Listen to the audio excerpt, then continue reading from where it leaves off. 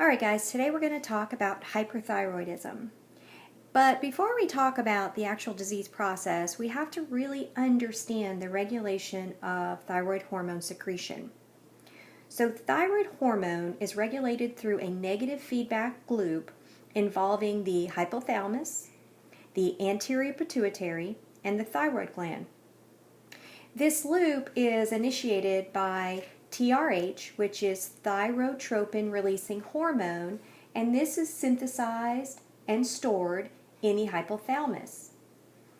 TRH is then released into the hypothalamic pituitary portal system and circulates to the anterior pituitary, where it stimulates the release of thyroid stimulating hormone, or TSH. When TSH is secreted by the anterior pituitary, it circulates to bind with receptors on the plasma membrane of the thyroid follicular cells. And the primary effect of TSH on the thyroid gland is to cause an immediate release of stored thyroid hormone and an increase in thyroid hormone synthesis. So our thyroid hormones are T3, T4. So as T3 and T4 increase, so as these guys increase, then what's going to happen is a signal is going to go up to the hypothalamus, and it's going to tell the hypothalamus, hey, we have enough T3, T4 or thyroid hormone, so stop producing TRH. So then TRH is going to be inhibited, as will TSH. And this is a normal feedback system or negative feedback system in this axis. So the first type of hyperthyroidism we're going to talk about is Graves' disease. All right, so we're going to talk about Graves' disease.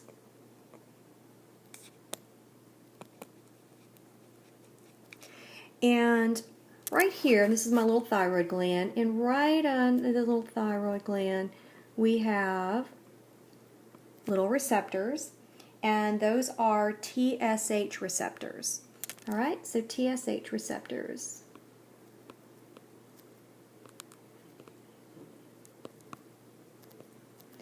And normally TSH will bind to those receptors, stimulating the thyroid gland to produce T3 and T4. And then once there's enough T3, T4, it's going to go up to the hypothalamus, and the negative feedback loop will continue.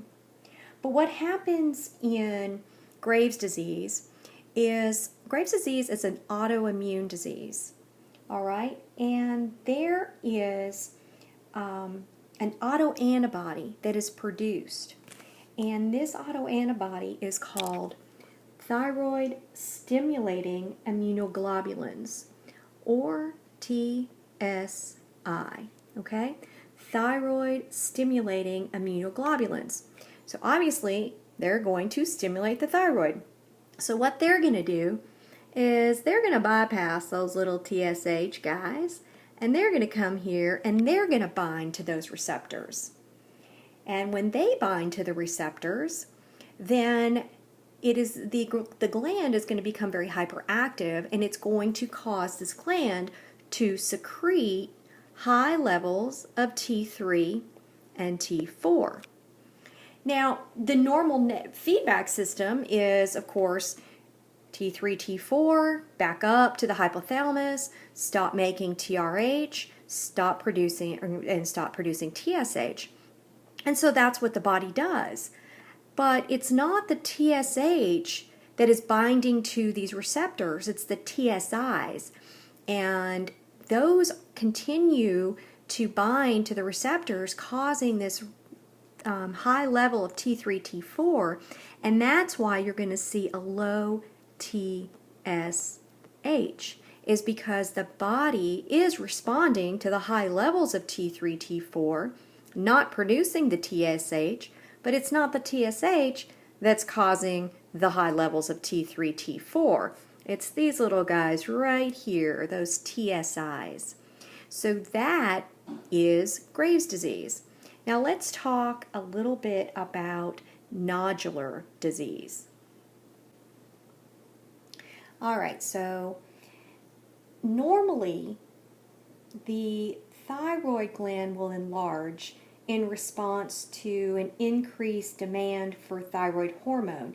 And you'll see this enlargement in puberty, pregnancy, sometimes iodine deficient states, as well as individuals that have some immunologic, viral, or genetic disorders. When the condition resulting in the increased TSH resolves, then the TSH secretion normally subsides and the thyroid gland returns back to its normal self. However, sometimes there's those lone follicular cells, and they decide they want to overact. And so these little cells kind of form together and make a little nodule here. And what they do is they stimulate the gland, and they're going to stimulate the gland to produce high levels of T3 and T4. And of course, again, because of the feedback system, the body's going to say, hey, I have enough T3, T4. Go up to the hypothalamus. The hypothalamus will stop making TRH. The anterior pituitary will stop making TSH. However, this little nodule here doesn't listen to that, and he's going to continue to make T3 and T4. So either way, nodular disease or Graves' disease, we're going to see a low TSH, because that's the body responding to the negative feedback, and a high T3 and T4 because of these little guys here, this little gland here, or little nodule here, or our little TSI guys here in Graves' disease attaching to those receptors. So that is why you have a high T3, T4, and a low TSH. So hopefully this sums up and helps you guys understand hyperthyroidism.